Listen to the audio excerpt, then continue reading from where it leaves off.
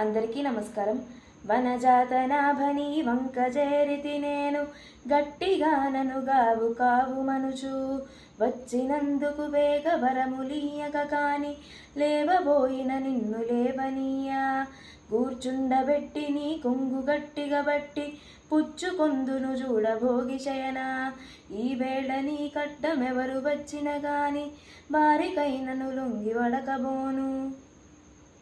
తేటగీతి.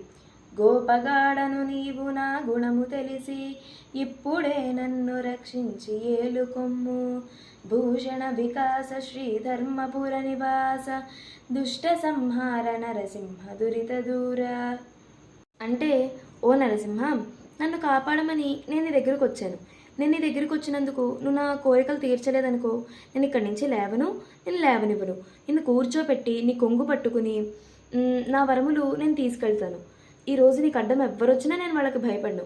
నేను కోపగల మనిషిని.